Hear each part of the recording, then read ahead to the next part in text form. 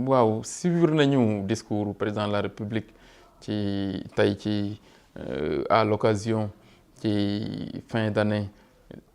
2017 bi mu nekk en général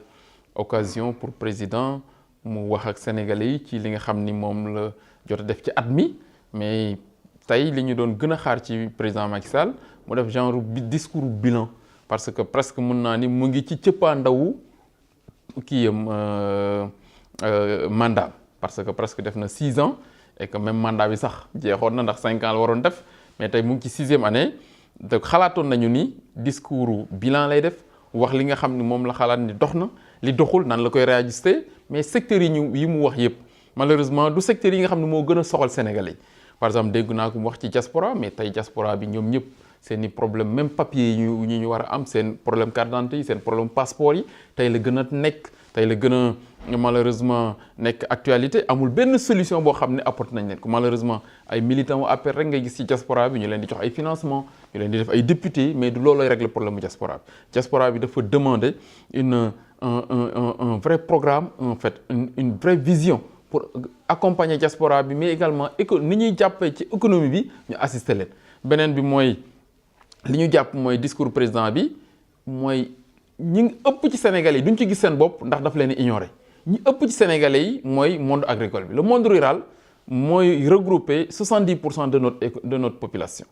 tey monde rural bi tey li leen gën a soxal fi ñu toll nii mooy njaayum gerte mi fan lañ ci toll fan la leen nan la leen gouvernement bi accompagner ñëpp gis nañu ni fan yii yëpp waa suñu mbokk baykat yi ñu ngi jooy ci ñàkk gis xaalis ci ñàkk gis ku ñuy jaay seen gerte ñàkk gis accompagnement gouvernement bi gisuñu ku ko jënd gerte gaa ngi seeni loxo ñu ngi koy mbapat ñu ngi koy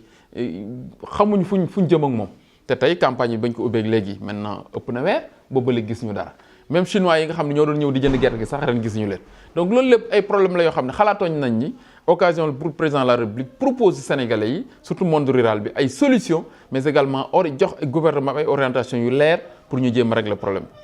suñu waxee ci mbiru mbay mi noonu la ñuy waxee ci mbiru napp gi tey gis nañu ni suñu mbokk waa Guet Ndar yi ak ñu bëri licence de pêche yi ñu doon am ak Mauritanie mais Mauritanie arrêté na ko mais loolu tey xalaatoon nañ ni président de la République dina proposer ay solution pour que ñu mën a rataxal suñu diggante ak waa Mauritanie ak waa Guinée-Bissau ak waa Gambie pour que pêche bi crise bi mu am bi muy traversé aussi mu jéem ko résoudre malheureusement président de la République ignoré na ñaari secteurs yooyu te ñooy secteurs yi ëpp mbooloo mi muy utiliser ci population sénégalaise kon defe naa ni tey su fekkente ni day wax ni taux de croissance bi ñu ngi ci 6,7% mais taux de croissance boobu ci économie dañu ko jëmale bitim réew du taux de croissance boo xam day delluwaat ci biir Sénégalais yi moo tax Sénégalais yi ba léegi ñu ngi dund ci ndóol ba léegi pauvreté baa ngi gën a yokk soo demee ci àll bi nga koy gën a xam donc kon moom dafa waroon a wax ni nañu réorienter suñu orientation économique yi pour que richesse yooyu ñuy créer ci di reste ci réew mi malheureusement entreprise yu mag yi nga xam ne ñooy gagné ay marché yépp ci Sénégal di créer richesse di am bénéfice bitim réew lañ ko jëmee nan lay mën a impacter ci vécu sénégalais yi ñëpp war nañu poser question boobu moo tax ñun taux de croissance yi muy wax 6% ak 7% yi ñun dinañu jaaxal trop beneen bi mooy su waxee ni ressources naturelles yi mooy gaz beeg pétrole bi dinañ ko exploiter te dina yokk koom-koomu réew mi waaw mais li ci nekk mooy contrat gaz yi ak pétrole bi nañ ko négocier woon au début ñëpp xam nañ ni nébuleuse moo ci nekk mooy lëndëm goo xam ni kenn leeral googu ba léegi ñëpp nee nañu rakkam la ko jox ñëpp nee nañu ñi ñu ko jox li ñu ciy jox lu tuuti la 10% la ñu ciy jox récemment gis ngeen Total bi mu fi ñëwee également crise bu mu créé loolu lépp day wane rek ni amuñu nguur goo xam ne day défendre intérêt Sénégal day défendre richesse du Sénégal yi pour sénégalais yi mais waa bitim réew lay gën a favoriser waa bitim réew lay gën a jàppale te loolu du bokk ci luy suqali réewu Sénégal te loolu quand même il faut le regretter te loolu day gën a pousser jeunesse bi ñu jëm bitim réew jeunesse bi koo dégg rek mu ngi xalaat génn dem tukki pour mën a tekki mais amuñu espoir pour tekki ci biir Sénégal te loolu quand même defe naa ni loolu day wane rek kon ko nguur gi lajj na échec na te yi muy programme yi muy proposé yëpp pour woy entrepreneuriat rapide rek loolu lépp vraiment ñàkk jaaxle la rek ak ñàkk am solution bu structurel booy proposer Sénégalais yi te loolu dañ ko war a quand même malheureusement regretter ko mais du lii lañ doon xaar ci nguuru Macky Sall moo tax ñun ñu ngi waaj ñu ngi préparé wu naturellement ñu ngi liggéey pour wax ak sénégalais yi pour que nguur gi daal lajj gi mu lajj incha allah élection yi yii di ñëw ñu arrêté ko ba indi fi beneen régime boo xam dina liggéey ak prendre en charge les vraies préoccupations des sénégalais proposer leen vraiment une alternative beaucoup plus crédible beaucoup plus efficiente beaucoup plus efficace ci prise en charge du problème mu sénégalais. wax nga itam si nasaraan ne am na soxna yoo xam ne bu ñuy mucc dañuy ñàkk seen bakkan loolu waxoo ko si nasaraan. waaw ci mbiru santé tamit bokk na ci li nga xam ne président daf ko ignoré wax na ci mbiru njàng mi mais njàng mi li mu ci wax l'essentiel li mu ci wax ci njàng mi presque ci Dakar la ne ndax su ne réhabilitation lycée yi mu cité yëpp Dakar région de Dakar CM yi mu wax yëpp région de Dakar la nekk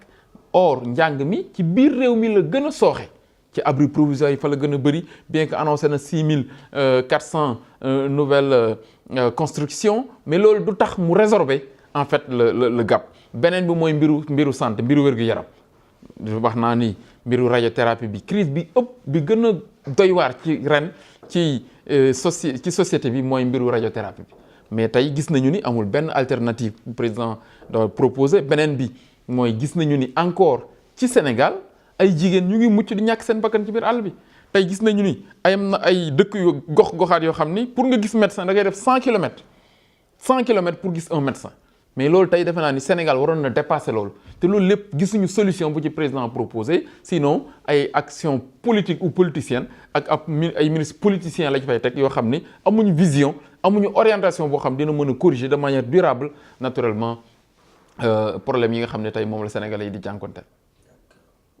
D'abord, remarquez que cette adresse de 15 minutes du chef de l'État s'inscrit dans le temps de l'action et de la précision. Après 5 années d'exercice du pouvoir, le président Macky Sall a définitivement engagé le Sénégal sur la voie sans retour de l'émergence économique à travers des performances économiques soutenues et stabilisées à 7% à l'horizon 2018. Ensuite, il a exprimé une ferme volonté de gouvernance rigoureuse et transparente de nos ressources naturelles. Il confirme le processus de renforcement du PUDC avec 300 milliards, de Promoville à 175 milliards et du Poumon, afin de rompre définitivement l'énorme disparité qui existe entre Dakar et le Sénégal de l'intérieur. Sur le plan social également, le chef de l'État a confirmé le fait de consacrer 40 milliards aux bourses familiales et il a misé sur cette jeunesse sénégalaise-là qui est actuellement motif de fierté et espoir de demain, afin de leur consacrer une éducation qualifiante, adaptée aux besoins de l'entreprise, aux besoins du monde du travail. Et dans le souci de résorber le gap du chômage, le président de la République est prêt, à travers l'initiative d'insertion professionnelle, de mettre en place un fonds de 30 milliards pour l'entrepreneuriat rapide cette année. Voilà donc cet esprit